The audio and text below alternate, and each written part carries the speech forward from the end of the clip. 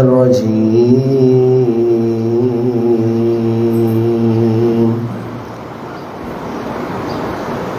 بسم الله الرحمن الرحيم الحمد لله رب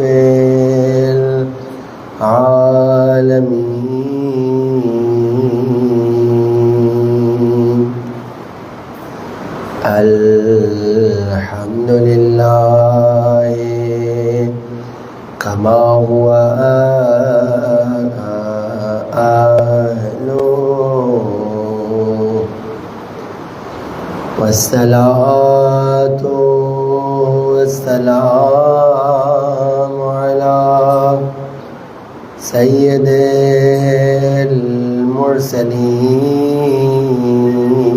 المرسلين وخاتم النبيين أبي القاسم محمد صل على محمد وآل محمد وعلى أهل بيته الطيبين الطاهرين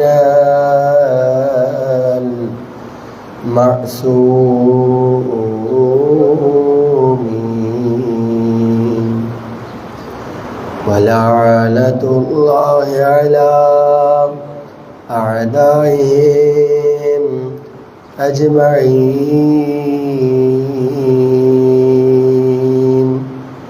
من الآن إلى قيام يوم الدين. اپنے اپنے اعمال کی قبولیت کے لیے بآواز بلند صلوات اللهم صل على محمد وآل محمد.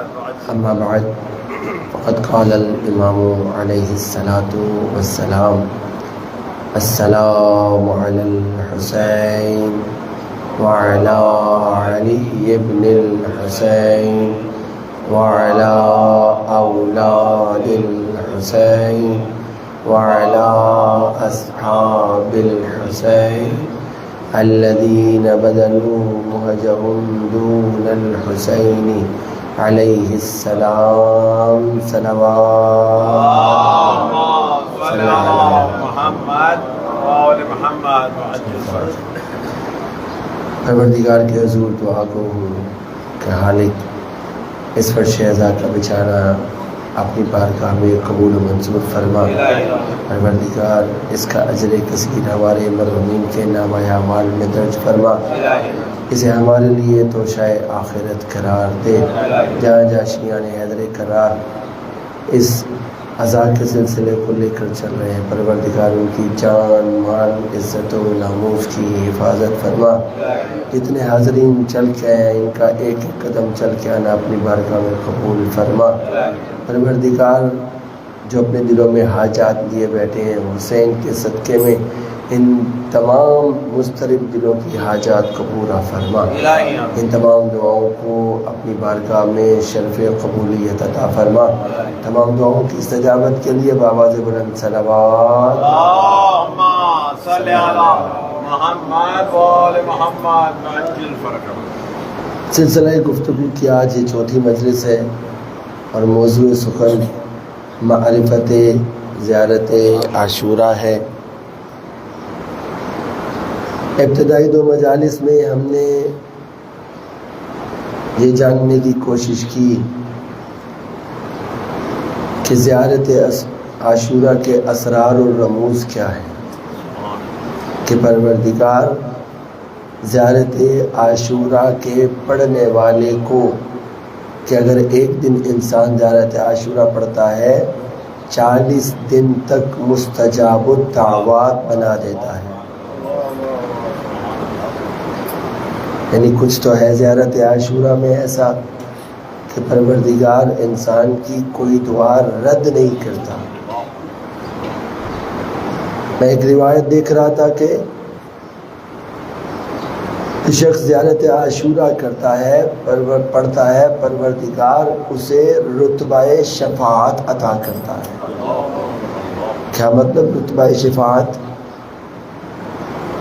یعنی آپ نے وہ روایت بالکل سنی ہوگی کہ جناب سیدہ روز محشر پروردگار یعنی حق شفاعت دے گا اور کہے گا کہ اے میری کنیز خاص، تو اہل محشر میں دیکھ کون ہے جس کے دل میں حسین کی محبت ہے، اہل محشر میں سے انہیں چن اور اپنے ساتھ لے جا۔ روایت طویل ہے، عرض نہیں کرنا چاہتا، آپ کی سنی ہوئی ہے۔ اس کے بعد پھر پروردگار حق شفاعت اور دے گا، پھر سیدہ کہیں گی کہ پروردگار میں اہل محشر پہ اپنی مقام اور منزلت کو دکھانا چاہتی ہوں، تو پروردگار اور حق شفاعت دے گا۔ لیکن ایک روایت میں یہ ملتا ہے کہ نہیں، وہ لوگ کہ جنہیں سیدہ اہل محشر میں سے چنے گی، یعنی آپ کے ہاں یہ روایت موجود ہے کہ معصومین فرماتے ہیں برزخ کا بندوبست خود کر کے آؤ، محشر میں ہم موجود ہوں گے، برزخ تم نے طے کرنا ہے۔ صحیح؟ یعنی یہ کون لوگ ہیں کہ جنہیں سیدہ چنیں گی؟ یہ عزادار ہوں گے لیکن ان کے نامہ اعمال کم ہوں گے، ان کے حسنات کم ہوں گے اور ان پر پروردگار کا عذاب ہو رہا ہوگا۔ یعنی ایک تو پروردگار فیصلہ کرے گا نا نامہ اعمال دیکھ کر۔ اب جب انسان کے ہاتھ میں نامہ اعمال ہوگا، ایک لمبی قطار میں لگا ہوگا، وہیں سے اس کا عذاب شروع ہو جائے گا۔ یعنی یہ وہ معذب ہیں جن پر عذاب ہو رہا ہے اور سیدہ ان کا انتخاب کرتی ہیں۔ یہ لوگ باب جنت پر جا کر کھڑے ہوتے ہیں اور جنت کے دروازے میں داخل نہیں ہوتے۔ پروردگار کہتا ہے ادخلوا الجنہ، یہ کہتے ہیں پروردگار چونکہ ہمیں سیدہ یہاں لے کر آئی ہیں، ہماری شفاعت سیدہ نے کی ہے، ہم اپنا مقام دیکھنا چاہتے ہیں۔ پروردگار ان کو بھی حق شفاعت دے گا کہ جاؤ محشر میں سے جسے تم سمجھتے ہو کہ اس قابل ہے اسے جنت میں لے آؤ۔ کیا ہے؟ یعنی زیارت عاشورہ میں کچھ تو ایسا ہے۔ پھر ہم نے عرض کیا کہ زیارت کے معنی کیا ہے؟ زیارت کے معنی ہے عدول کرنا، یعنی ان تمام چیزوں کو چھوڑنا جنہیں حسین پسند نہیں کرتے، یہ معنی زیارت ہے۔ پھر ہم آ کر پہنچے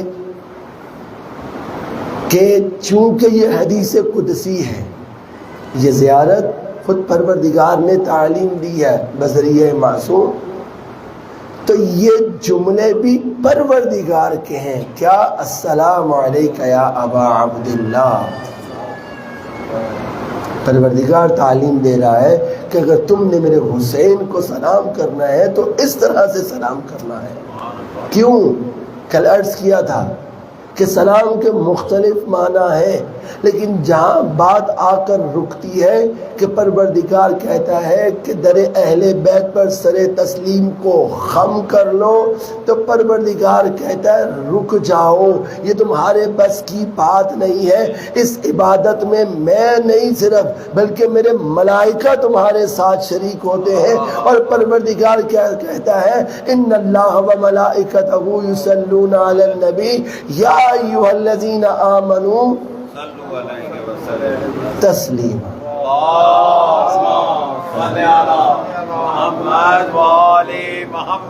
یہ پروردگار جانتا ہے کہ بشر کی بساط نہیں ہے کہ وہ سر تسلیم خود سے خم کرے۔ میں سکھاؤں گا کہ در حسین پر اپنی جبین نیاز کو کیسے جھکانا ہے۔ پھر ہم نے سلام کے معنی قرآن میں دیکھے کہ پروردگار ایک جگہ پہ کہتا ہے کہ ادخلوا الجنہ، جنت میں داخل ہو جاؤ، اور پھر ان جنتیوں کو یہ فرشتے سلام کریں گے۔ تو یہاں کون سا ضرر کا خطرہ ہے کہ فرشتے سلامتی کا پیغام دے رہے ہیں؟ پتہ چلا کہ سلام کا معنی کچھ اور ہے۔ پھر ایک جگہ پروردگار کہتا ہے وَإِذَا خَاطَبَهُمُ الْجَاهِلُونَ قَالُوا سَلَامًا، کہ جاہلوں سے بات کرنے کی ضرورت نہیں ہے، اگر تم سے مخاطب ہو تو کہو سلام علیکم۔ وہاں جنت میں داخل ہوئے بھی سلام علیکم، یا جاہلوں کے ساتھ مخاطب ہونا ہو تو پروردگار کہہ رہا ہے سلام علیکم۔ پتہ چلا کہ یہاں سلام کا معنی مختلف ہے۔ جاہل سے تو ضرر ہو سکتا ہے انسان کی ذات کو، لیکن جنت میں داخل ہونے والے جنتیوں کو کون سا ضرر کا خطرہ ہے کہ پروردگار کے ملائکہ کہہ رہے ہیں سلام علیکم۔ پتہ یہ چلا کہ یہ جو سلام ابا عبداللہ الحسین کو کہہ رہے ہیں، میری اوقات نہیں ہے کہ میں ابا عبداللہ سے کہوں کہ آپ پر سلامتی ہو، وہ جس کے صدقے میں پروردگار سلامتیاں بانٹتا ہو، میری کیا اوقات کہ میں کہوں آپ پر سلامتی ہو۔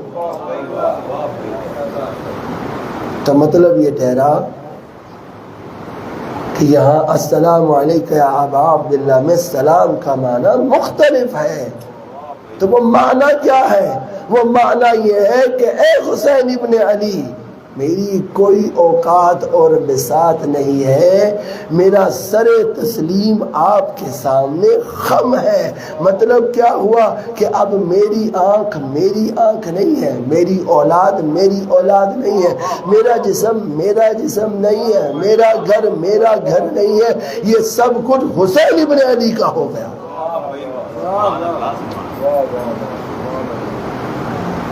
اب جب اس معنی میں سلام کروں گا تو کیا حسین مجھے جواب نہیں دیں گے؟ صرف سلام کا معنی نہیں مختلف، جواب کا معنی بھی مختلف ہے۔ ایک مرتبہ حسین ابن علی ابراہیم کو جواب سلام دیتے ہیں تو ابراہیم سے ابراہیم مجاب بن جاتا ہے، اتنا رتبہ پاتا ہے کہ حسین کے پاس دفن ہوتا ہے۔ تو جو سلام کا جواب ابراہیم مجاب کو ملا، کیا وہی اسی معنی میں مجھے بھی ملے گا؟ پتہ چلا کہ سلام کے جواب کا معنی بھی مختلف۔ یعنی میں حسین سے کہہ رہا ہوں کہ مولا میری اولاد بھی آپ کی، میرا گھر بھی آپ کا، میرا کاروبار بھی آپ کا، میں جو کچھ ہوں سب کچھ آپ کا، یہ ہے سلام کا معنی۔ اب اگر حسین مجھ سے یہ سب قبول کریں گے، یعنی اگر میرا کاروبار حسین کے مطابق ہے، اگر میری زندگی حسین کے مطابق ہے، اگر میری اولاد حسین کے مطابق ہے، تبھی تو حسین میرے سلام کا جواب دیں گے۔ اور اگر یہ سب کچھ حسین کے مطابق نہیں ہے اور پھر بھی میں چلا گیا زیارت کے لیے اور سلام بھی کر دیا، تو کیا خیال ہے؟ میری زیارت قبول ہو گئی؟ سلامت رہے۔ بزرگ کہہ رہے ہیں کہ یہ تیرے نصیب کا چکر ہے، یہ جیسے گیا تھا ویسے ہی۔ اب اس میں انسان کے اندر موجود امراض کی انٹینسٹی ہوتی ہے، شدت اور ضعف کے اعتبار سے ہر بندے کا مرض ایک جیسا نہیں ہوتا۔ بعض لوگ مرض کے اس لیول پہ ہوتے ہیں، انٹینسٹی کے اس لیول پر ہوتے ہیں کہ میں نے خود دیکھا کہ ایک شخص کو ویزا بھی مل گیا، ٹکٹ بھی آ گئی، اس نے یہاں سے پرواز بھی کر لیا، عراق میں وارد بھی ہو گیا، امیگریشن والوں نے اسٹیمپ بھی لگا دی، جیسے ہی ہوٹل میں داخل ہوا اسے بخار ہو گیا۔ سرزمین کربلا پر بخار ہو گیا. 7 دن قافلہ وہاں رہا. 7 دن میں یہ اتنا کمزور ہو گیا کہ یہ اٹھ کے چلنے کے بھی قابل نہیں تھا. اب قافلہ واپس روانہ ہوا. اس مریض کو حسین ابن علی نے اتنی مہلت نہیں دی کہ ان کے حرم میں جا کر یہ کہہ سکے کہ السلام علیک یا ابا عبداللہ. یہاں سے قافلہ روانہ ہوا. یہ ہوٹل کے اسی کمرے سے نکلا, ایئرپورٹ پہ آیا, وہیں سے اسٹیمپ لگی, خروجیہ کی, جہاز میں بیٹھا. جیسے جیسے جہاز عراق کی سرزمین سے دور ہوتا چلا گیا اس کی طبیعت ٹھیک ہوتی چلی گئی. جیسے ہی لاہور ایئرپورٹ پہ جہاز نے لینڈ کیا, یہ خود بتاتا ہے میرا کوئی مرض ایسا نہیں تھا جو باقی رہا ہو. تو کیا خیال ہے کہ حسین نے اس کو امراض سے شفا دی ہے یا حسین نے اس کو اس قابل نہیں سمجھا کہ میری بارگاہ میں آ کے سلام کر سکے؟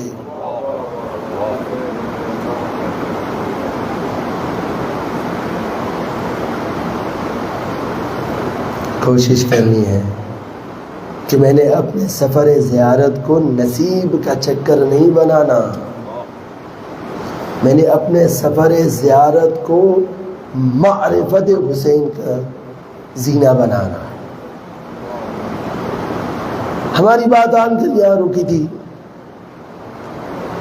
میں جب اس زیارت عاشورہ کو مطالعہ کرتا ہوں نا, تب نئی نئی روایات سامنے آتی ہیں اور دل کرتا ہے کہ روز اس روایت کو بھی پیش کروں, اس روایت کو بھی پیش کروں, یہ بھی سنا دوں, یہ بھی سنا دوں. لیکن میری کوشش یہ ہے کہ کم از کم ان ایام میں وہ جو زیارت عاشورہ میں 12 دعائیں ہیں وہ آپ کی سماعتوں کو کاملاً ہدیہ کروں, تاکہ جب آپ روز عاشور حسین ابن علی کے محضر میں کھڑے ہو کر زیارت عاشورہ ہدیہ کر رہے ہوں تو اس وقت وہ دعائیں مانگتے ہوئے آپ کی توجہ حسین کی جانب ہو, آپ حسین کی طرف سفر کر رہے ہوں.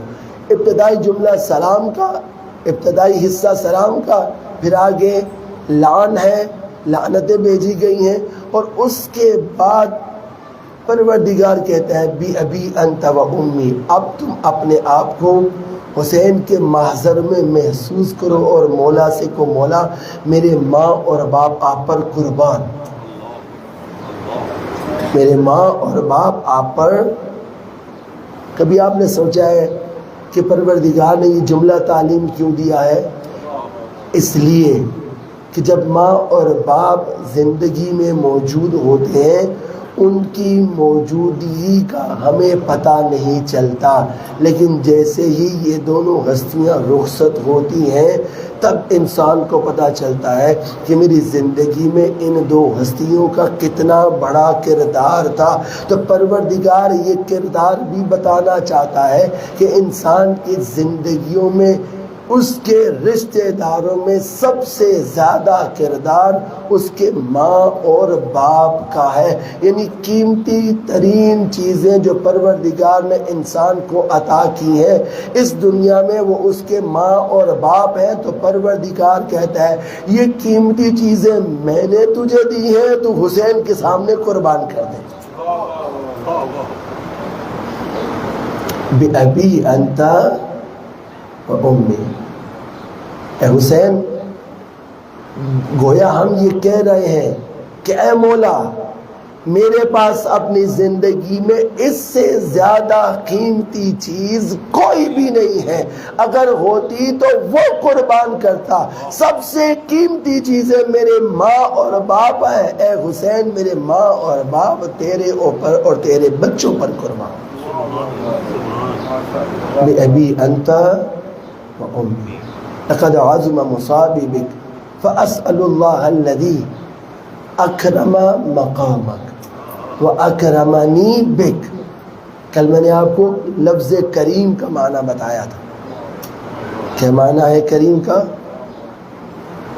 وہ جو اپنے سامنے کسی کو گرا ہوا دیکھ کر برداشت نہ کر سکے اور اٹھا کے اپنے سینے کے ساتھ لگا لے. کتنے کریم ہیں حسین. یمن سے ایک شخص آیا, مدینہ میں اس کا زاد راہ ختم ہو گیا. آیا اس در پر جس در پہ کوئی فقیر خالی ہاتھ واپس نہیں چاہتا. سوال کیا کہ مولا میں اپنے وطن میں امیر آدمی ہوں لیکن یہاں زاد راہ ختم ہو گیا, اگر آپ مجھے زاد راہ دے دیں تو میں اپنے وطن میں جا کر وہ زاد راہ آپ کو بھجوا دوں گا. راوی کہتا ہے کہ مولا نے تسلی سے اس کا سوال سنا. اب حسین اپنی جگہ سے کھڑے ہوئے اور اپنے حجرے میں گئے. حجرے میں جا کر اس کے لیے زاد راہ کی پوٹلی بنائی اور اپنے گھر کے دروازے پر آ کر مولا نے اسے آواز دی اور دروازے کے اوپر سے وہ زاد راہ اس کو دے دیا. اسے کہتے ہیں کریم. یہ ہے کریم. اصحاب دیکھ رہے تھے کہ یہ کیا چل رہا ہے. سوال ادھر ہوا ہے اور جواب وہاں دروازے کے پیچھے سے آ رہا ہے. یہ لے کر چلا گیا. نہ مولا نے اسے کچھ کہا کہ تم واپس کرنا یا نہ کرنا, نہ اس نے مولا سے کچھ کہا. اس نے جلدی سے اپنا زاد راہ وصول کیا اور وہاں سے چلا گیا. جب مولا کو یقین ہو گیا یہ جا چکا ہے, اب واپس آ کر اس حجرے میں بیٹھے جہاں اصحاب تشریف فرما تھے, سارا یہ ماجرا دیکھ رہے تھے. سوال کیا ابن رسول اللہ, سوال اس نے یہاں کیا تھا حاجت روائی آپ نے دروازے کے اوپر سے کی ہے, ماجرا کیا ہے؟ یہاں ہمارے سامنے بھی دیتے تو مسئلہ کیا تھا؟ اسے کہتے ہیں کریم. کہا کہ میں نہیں چاہتا تھا چونکہ اس نے میرے سامنے گدائی کی ہے اور اپنے دیار میں وہ امیر آدمی ہے اور کسی امیر آدمی کے لیے ہاتھ پھیلانا موت کے مترادف ہوتا ہے. کب میں نہیں چاہتا تھا کہ جب میں اسے زاد راہ دوں اس کے چہرے پر خجالت آئے اور اس کی نظروں سے میری نظریں ٹکرائیں اور اس کی نظریں میری سامنے جھک جائے. میں یہ کتنے کریم ہے اسے. ہم زیارت عاشورہ میں یہی کہہ رہے ہیں, اے پروردگار جو تاج کرامت تو نے حسین کو عطا کیا ہے, حسین کے صدقے میں اس سے مجھے بھی کچھ عطا کر. فَأَسْأَلُ اللَّهَ الَّذِي أَكْرَمَ مَقَامَكَ وَأَكْرَمَنِي بِكَ, وہ تاج کرامت میں سے تھوڑا سا مجھے بھی عطا کر. اچھا اب جب یہ کرامت مل جائے تو اگلا جملہ کیا ہے؟ ان یرزقنی طلب ساری مع امام منصور من اہل بیت محمد صلی اللہ علیہ وآلہ وسلم. اصل میں یہ پورا جملہ ہے کہ جب مجھے تاج کرامت وہاں سے ملے تو وہ تاج کرامت لے کر میں سنبھالوں گا نہیں. پروردگار یہ تاج کرامت دینے کے بعد مجھے وہ رزق عطا فرما. ایرزقنی, گندم دے دے, سالن دے دے, روٹی دے دے, اولاد دے دے, گھر دے دے, گاڑی دے دے, بینک بیلنس دے دے, یہ رزق نہیں مانگ رہا. میں کیا کہہ رہا ہوں؟ ایرزقنی طلب ساری مع امام منصور من اہل بیت محمد. پروردگار مجھے وہ رزق عطا فرما تاج کرامت دینے کے بعد کہ میں اپنے زمانے کے امام کے ساتھ اس کی معیت میں جہاد کر سکوں.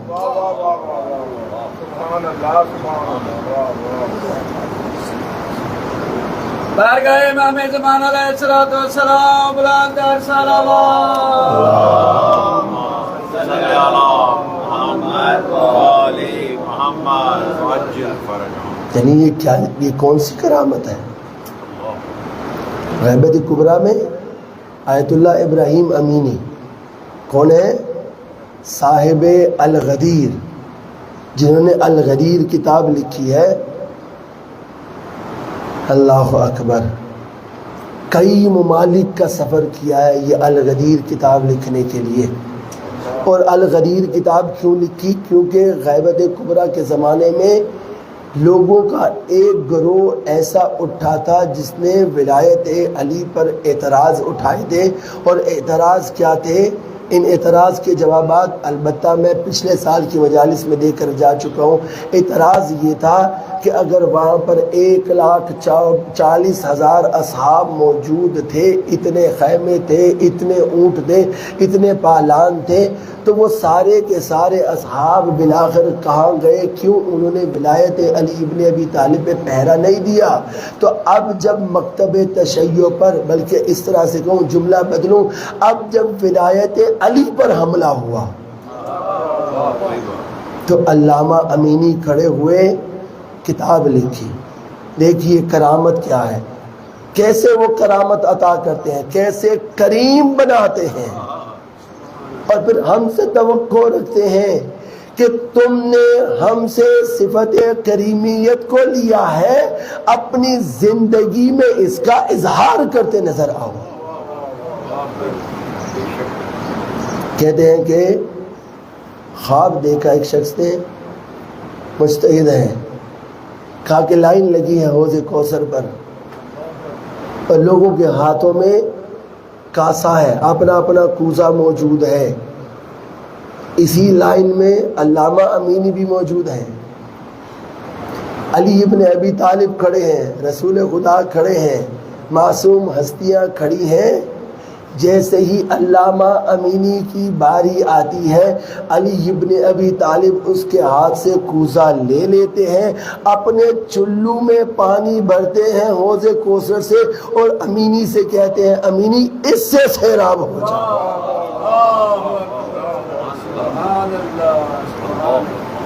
بارگاہ امیر المومنین علیہ السلام بلند تر صلوات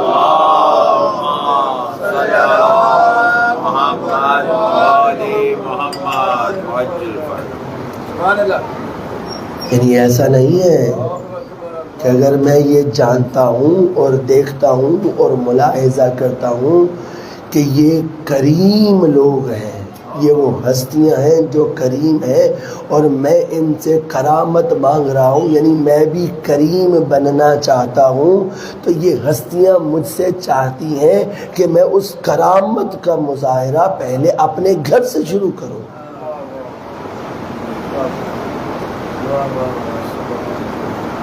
امیر المومنین سے کسی نے پوچھا مولا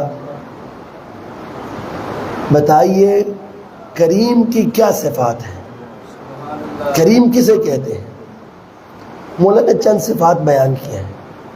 درود پڑھے محمد و آل محمد صلی اللہ علیہ محمد و آل محمد. بارگاہ اتحاد معصومین علیہ السلام صلوات صلی علی محمد و آل محمد. پہلی صفت کا یعفو مع القدرہ. کریم کو دیکھنا چاہتے ہو، کریم کو پہچاننا چاہتے ہو، یا اس صفت کا اپنے اندر ظہور دیکھنا چاہتے ہو، تو کریم کی سب سے پہلی صفت یہ ہے کہ یعفو مع القدرہ، وہ قدرت رکھنے کے باوجود معاف کر دیتا ہے.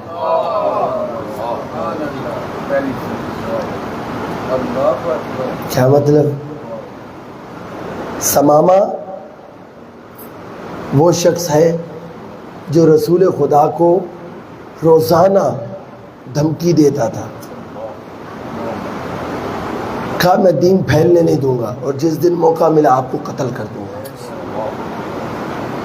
جہاں کہیں ملتا تھا رسول خدا کو دھمکی دیتا تھا کہ میں آپ کو قتل کر دوں گا. میں آپ کو قتل کر دوں. ایک دن اللہ کے رسول نے پروردگار سے کہا یا اللہ یہ کیا آتے جاتے مجھے دھمکیاں لگاتا ہے. پروردگار مجھے اتنی قدرت عطا کر کہ میں سمامہ پر حاوی ہو جاؤں. پھر کیا ہوا؟ ایک دن اللہ کا رسول اپنے اصحاب کے ساتھ گئے اور سمامہ پر اس طرح سے حاوی ہوئے کہ اصحاب پیغمبر سمامہ کے ہاتھ پاؤں باندھ کر مسجد نبوی میں لے آئے. اب جب مسجد نبوی میں آ گئے تو سمامہ کے ہاتھ بنے ہوئے ہیں، رسول کو دھمکیاں دیتا تھا. تو اللہ کے رسول نے کہا ہے سمامہ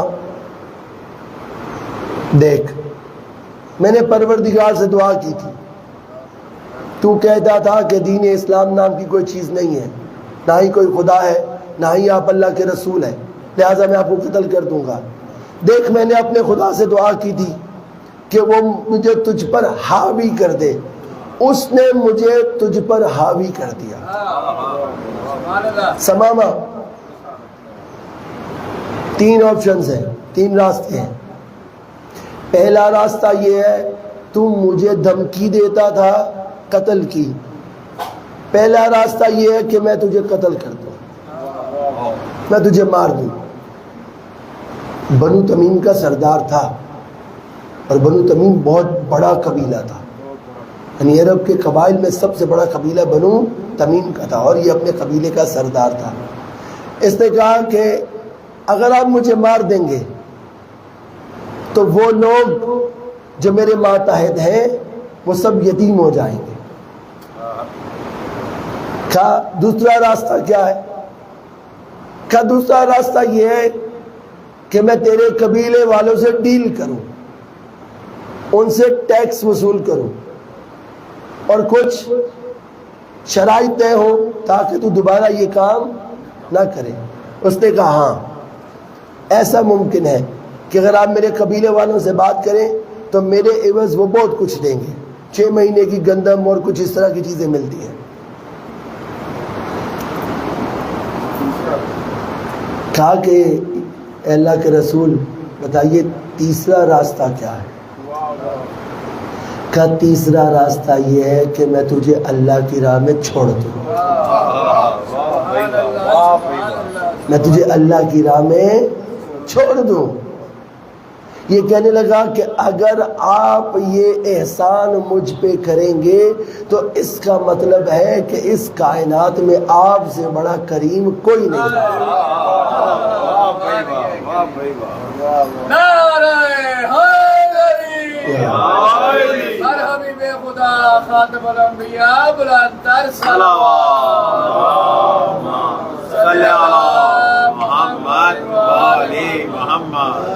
جیسے ہی اس نے یہ کہا نا کہ اگر آپ یہ کام کریں گے تو اس کا مطلب ہے کائنات میں آپ سے بڑا کریم کوئی نہیں ہے، اللہ کے رسول نے اپنے اصحاب سے کہا خلی اسے چھوڑ دو. لیکن وہی ہوا جو ہر دفعہ ہوتا ہے. یا رسول اللہ اتنی مشکل سے اسے پکڑ کے لائے ہیں. وہ جو رسول کو رسول مانتے تھے در حالانکہ وہ رسول کو رسول نہیں مانتے تھے، لیکن مسلمانوں کی صورت میں رسول کے ساتھ موجود تھے. اللہ کا رسول کہہ رہا ہے تو مان جاؤ، لیکن بار بار سوالات. پھر اللہ کے رسول نے کہا چھوڑ دو اسے، میں نے خدا کی راہ میں معاف کر دیا. یہ ہے یعفو مال قدرہ. کون ہے سمامہ؟ کیا کرتا تھا؟ دھمکیاں دیتا تھا. اللہ کے رسول نے قدرت رکھتے ہوئے آزاد کر دیا، چلا گیا. جانے کے فوراً بعد پلٹ کے واپس آیا اور کہنے لگا آج مجھے پتا چل گیا ہے وہ اللہ بھی کریم ہے اور آپ بھی کریم ہیں. مجھے دائرہ اسلام میں داخل کر دیجیے۔ اللہ کے رسول نے دار اسلام میں داخل کیا، کئی غزوات میں یہ اللہ کے رسول کے ساتھ شریک ہوتا رہا، اور مسیلمہ کذاب کا جو فتنہ اٹھا تھا اس میں بھی ثمامہ کا بہت بڑا کردار تھا۔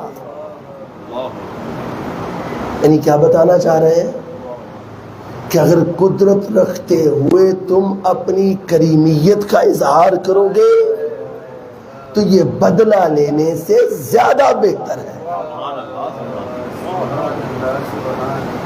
ایک شخص نے مجھے آ کے یہ واقعہ سنایا تھا اپنے بارے میں کہ میں نے ایک شخص کو ادھار دیا، اور وہ ادھار لے کے اس کے بعد پھر آپ کو پتہ کیا ہوتا ہے، پھر اپنے ہی پیسے مانگنے کے لیے انسان اپنے ہی پیسے وصول کرنے کے لیے سوالی بن کر مانگ رہا ہوتا ہے۔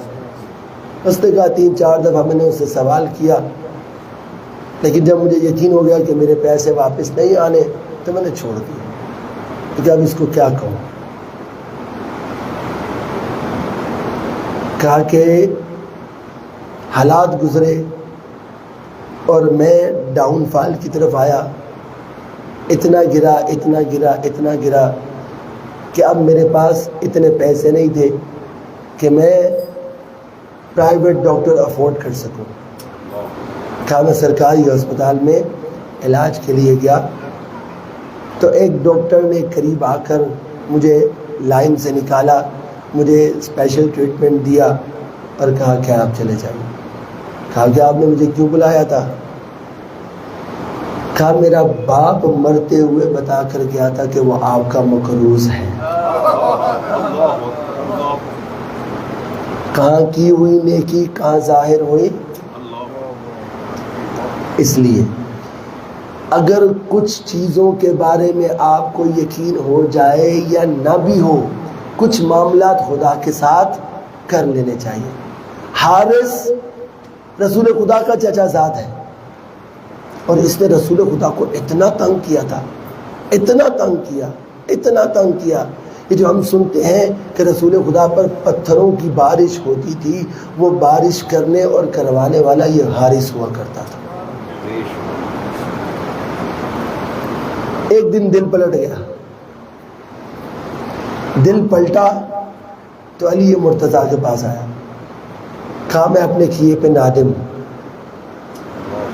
اس نے اتنا رسول خدا کو تنگ کیا تھا کہ رسول خدا نے اسے محدور الدم قرار دے دیا تھا۔ محدور الدم یعنی اسے ہم اردو میں کہتے ہیں قتل معاف ہونا۔ یعنی رسول خدا نے کہا کہ اسے جو بھی پائے اور قتل کر دے اسے یہ قتل معاف ہے، اسے کہتے ہیں محدور الدم۔ یعنی رسول خدا نے اسے محدور الدم قرار دے دیا تھا، اتنا اس نے رسول خدا کو ستایا تھا۔ اب جب پلٹا تو علی کے پاس گیا اور کہا کہ توبہ چاہتا ہوں، آپ میرے ساتھ رسول خدا کی بارگاہ میں سفارشی بن کے جائیں۔ کہا تو محدور الدم ہے، تو محدور الدم ہے، میں تیری سفارش نہیں کر سکتا۔ کہا کوئی طریقہ بتائے۔ امیر المؤمنین نے اسے چند آیات تعلیم دی، کہا جا چہرہ چھپا لے، نقاب ڈال اور مسجد نبوی میں چلا جا، کسی کو پتہ نہ چل سکے کہ حارث آیا ہے، اور مسجد نبوی میں بیٹھ کر ان آیات کی اونچی اونچی تلاوت کر۔ وہ آیات کیا تھیں؟ ان آیات میں انسان اپنے گناہوں کی معافی پروردگار سے مانگتا ہے۔ یہ ان آیات کی تلاوت کر رہا تھا، اللہ کا حبیب سن رہا تھا، اپنی جگہ سے اٹھے، اس کے قریب آئے، اس کے چہرے پر سے نقاب کو ہٹایا، اس کو کھڑا کیا اور اپنے سینے کے ساتھ لگا لیا۔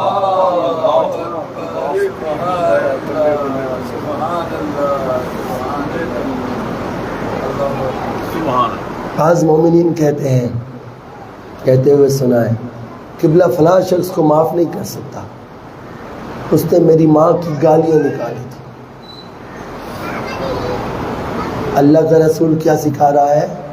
یعفو مع القدرہ، قدرت رکھتے ہوئے لوگوں کو معاف کرنا یہ کریم بندے کی سب سے پہلی نشانی ہے۔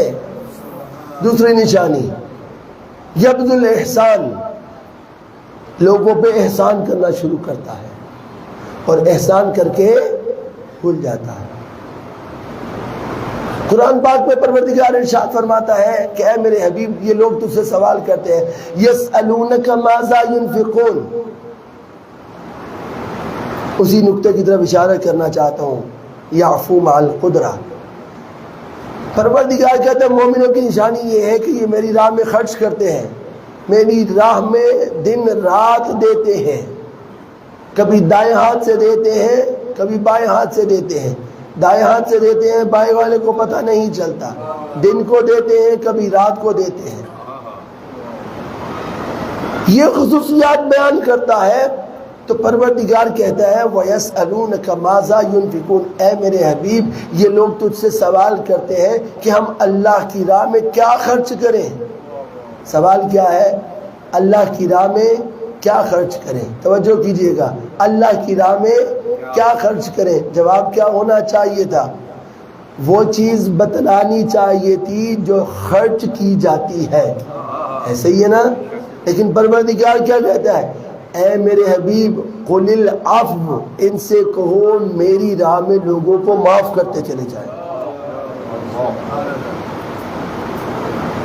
یعنی وہ لوگ جن کے پاس پیسہ نہیں ہے، اصل پروردگار یہ بتانا چاہتا ہے یعفو مع القدرہ، اگر تم قدرت رکھنے کے باوجود لوگوں پر عفو درگزر کرتے ہو تو یہ میری راہ میں مال خرچ کرنے کے مترادف ہے۔ یبذل احسان، لوگوں پہ احسان کرو، اور احسان کرنے کے بعد انہیں جتلاؤ نہیں۔ میں آج کل ایک عجیب کیفیت سے گزر رہا ہوں۔ ہمارے ہاں یہ جو بانیان ہوتے ہیں نا بڑے عجیب ہوتے ہیں۔ جیسے جیسے امام بارگاہوں میں لوگوں کی تعداد بڑھنے لگتی ہے نا تو بانی اپنے آپ کو کوئی بڑی اونچی مخلوق سمجھنے لگتا ہے۔ تو رنگ رنگ کے بانی ہمیں ملتے ہیں۔ تو وہ ایک بانی مجھے کہہ رہے تھے قبلہ یہاں طالب جوہری صاحب پڑھ کے گیا، یہیں کے بعد اٹھے ہیں، وہ ہم نے فلاں مولانا کو پڑھایا، بس یہاں پڑھنے کی دیر تھی، ان کے بعد تو پھر اس نے بھی بلایا اور وہ پورے پاکستان میں مشہور ہو گئے۔ بھئی اگر آپ نے ایک نیکی کر دی ہے تو پھر آپ یہ جتلا جتلا کے اپنی نیکی کو کیوں ضائع کرتے ہیں؟ شکر کریں کہ اہل بیت نے آپ کا بھی انتخاب کر لیا اور پڑھنے والے کا بھی انتخاب کر لیا، اس سے بڑی توفیق کیا ہو سکتی ہے؟ تو پھر یہ کہنا چونکہ ہم نے پڑھایا تھا پھر اس بارگاہ والوں نے بھی پڑھایا، بھئی آپ نے اس پر کوئی احسان کیا ہے؟ شکر کریں پروردگار کی بار میں ایک دفعہ درود پڑھے محمد وآل محمد۔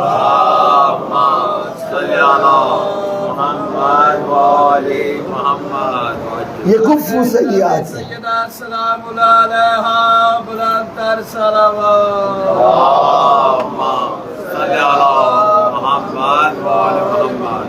تیسری صفت کیا ہے؟ یہ کفو سیئات، کریم کی تیسری صفت۔ پہلی صفت کیا تھی؟ یعفو مع القدرہ، قدرت رکھنے کے باوجود لوگوں کو معاف کرنا۔ دوسری صفت کیا تھی؟ یبذل احسان، لوگوں پر احسان کرنا اور جتلانا نہیں۔ پھر تیسری صفت کیا ہے؟ یکفو سیئات، وہ اپنی برائیوں کو روکنے کی کوشش کرتا ہے۔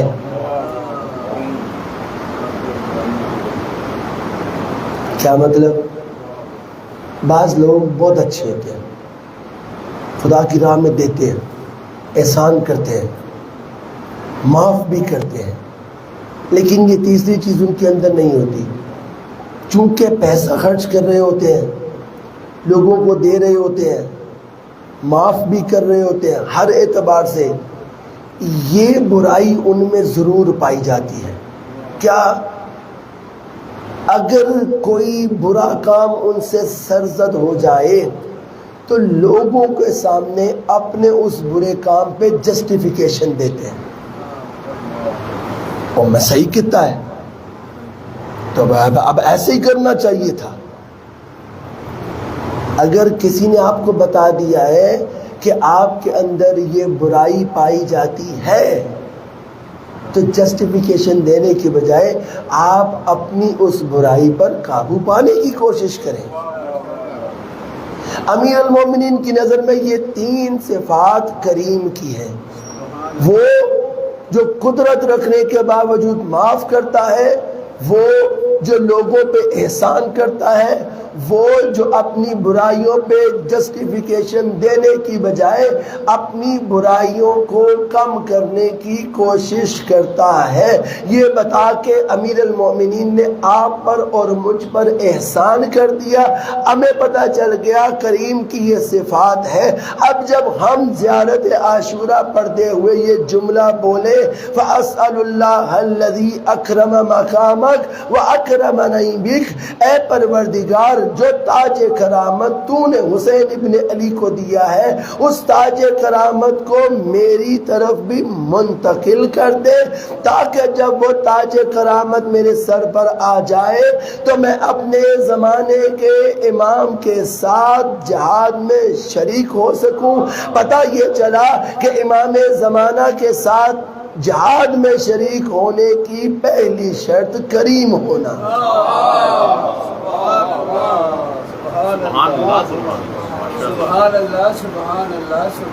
اب امام بھی مجھ سے تقاضا کریں گے کہ میں کریم ہوں، تیرے اندر بھی اس صفت کو دیکھنا چاہتا ہوں۔ جب تک تیرے اندر اس صفت کا ظہور نہیں ہوگا تب تک کیسے مولا تیرے سلام کا جواب دیں گے؟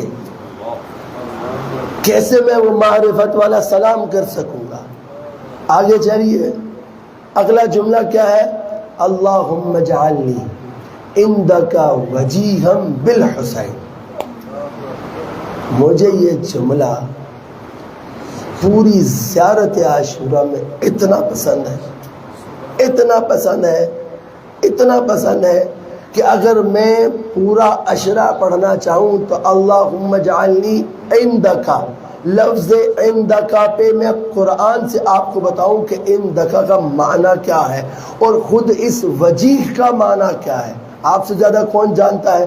دعائے توسل پڑھنے والے لوگ کیا کہتے ہیں؟ یا وجیہن عند اللہ، اے وہ جو اللہ کے ہاں وجیہ ہے۔ تو وجیہ کا مطلب کیا ہے؟ مجھے پتا چلا، میں نے ڈکشنری اٹھائی دیکھا وجیہ کا مطلب ہے خوبصورت۔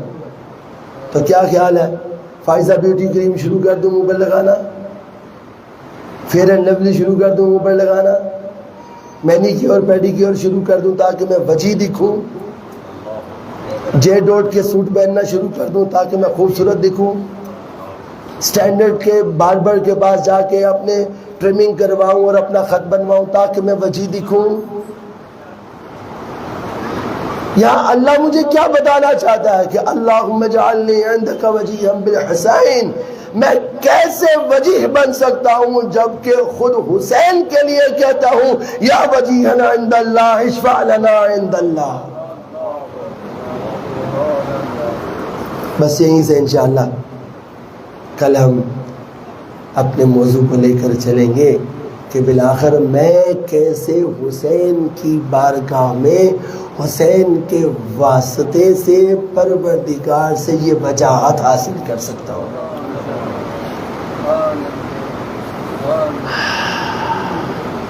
یہ وہ وجاہت ہے جو پروردگار نے کربلا کے 72 کو عطا کی ہے۔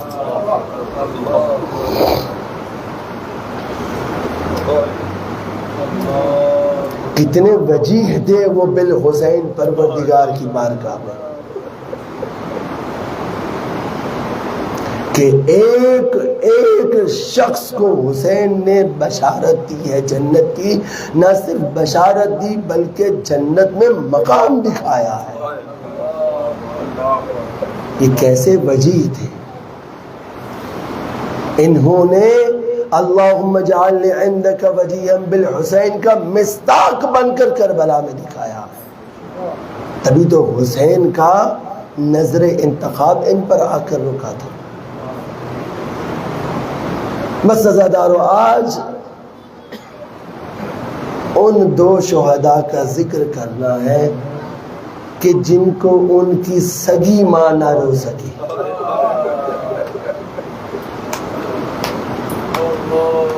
کون ہے یہ شہید؟ وہ جن کی ماں انہیں شب عاشور اپنے خیموں میں بٹھا کر کہہ رہی تھی اے میرے لال و محمد کل سب سے پہلے ماموں پر تم نے قربان ہونا.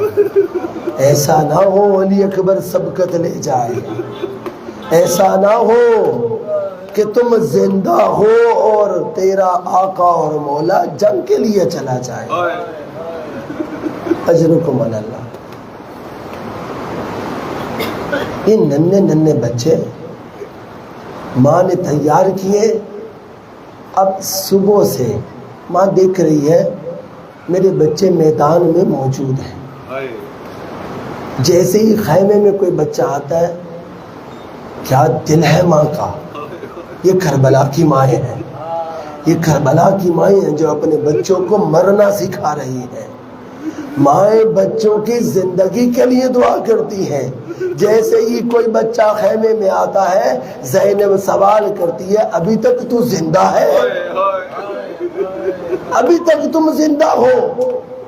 تو بچے رو کر کہتے ہیں کہ ماموں ہمیں مرنے کی اجازت نہیں دیتے.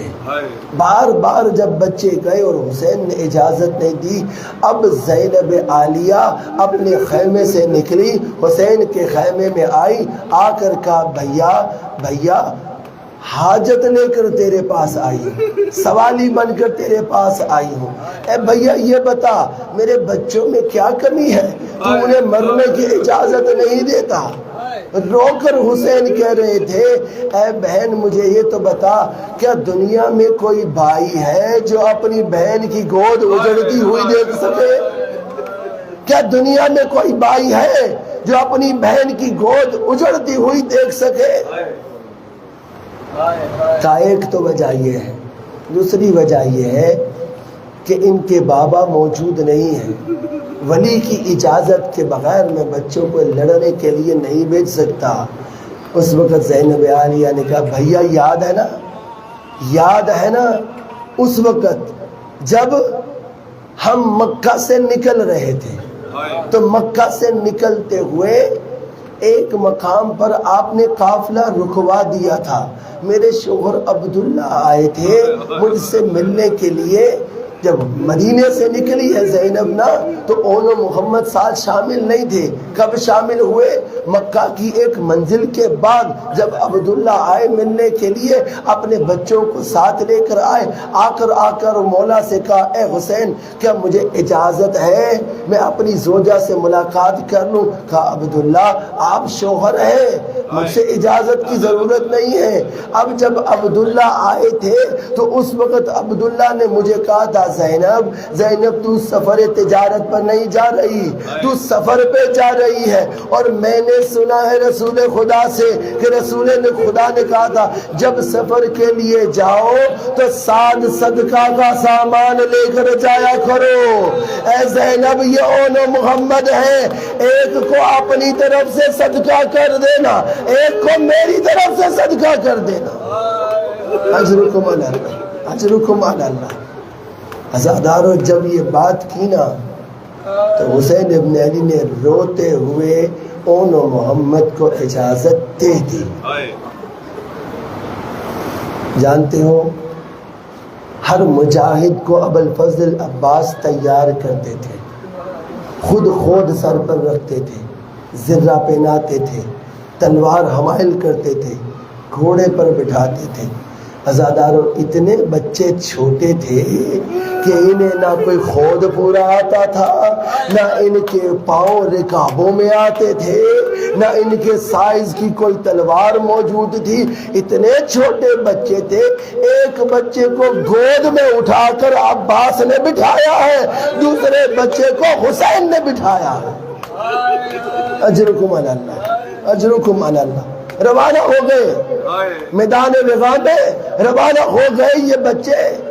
ادھر زینب عالیہ نے اماں فضہ کو کھڑا کیا در خیمہ پر، کہا اماں فضہ مجھے میرے بچوں کی جنگ بتا دی جا۔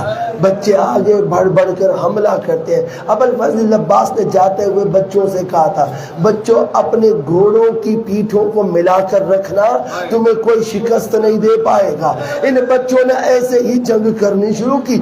اماں فضہ بتا دی جاتی ہے بی بی تیرے بچے بڑھ بڑھ کر حملہ کر رہے ہیں، بی بی تیرے بچے بڑھ بڑھ کر حملہ کر رہے ہیں۔ اماں فضہ بولتی چلی جا رہی ہے اور بی بی کہتی چلی جا رہی ہے پروردگار میری چھوٹی چھوٹی قربانیاں ہیں، پروردگار میری چھوٹی چھوٹی قربانیاں ہیں۔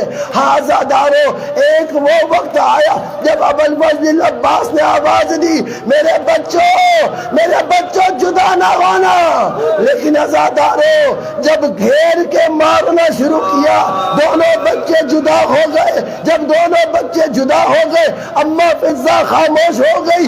زینب کہنے لگی اماں کیا بات ہے، مجھے بتاتی کیوں نہیں ہے؟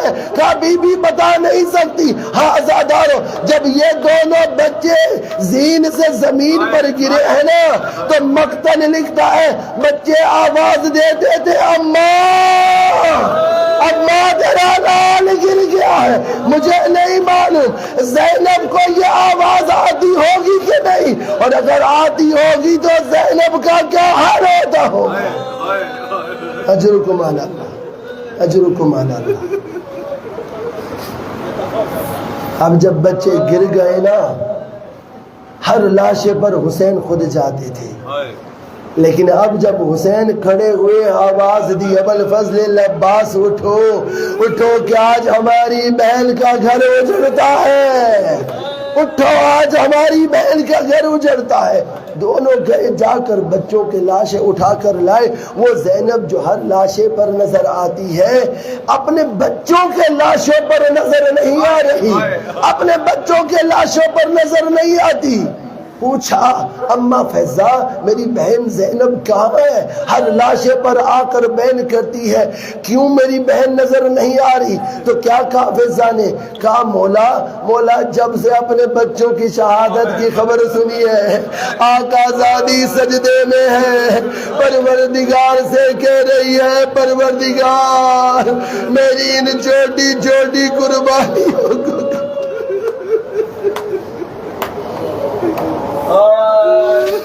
لعنت اللہ علی القوم الظالمین سیعلم الذین ظلموا ای منقلب ینقلبون۔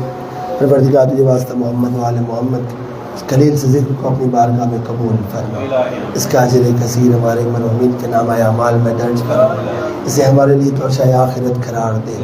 پروردگار واسطہ محمد و آل محمد کا جتنے عزادار تشریف فرما ان تمام کی دینی دنیاوی حاجات کو بھر لا۔ پروردگار بے گھروں کو گھر عطا فرما، بے ہدایتوں کو ہدایت عطا فرما، بے روزگاروں کو روزگار نصیب فرما۔ پروردگار جہاں جہاں شیعہ نے حیدر کرار آباد ہے ان کی جان مال عزت و ناموس کی حفاظت فرما، حجت حق ولی اس کا ضرور جلد فرما، ہم سب کو ان کی آوان و انصار میں شمار فرما۔ ربنا تقبل منا انک انت السمیع العلیم، آمین آمین یا رب العالمین برحمتک یا ارحم الراحمین۔ رحم اللہ من قرأ الفاتحہ۔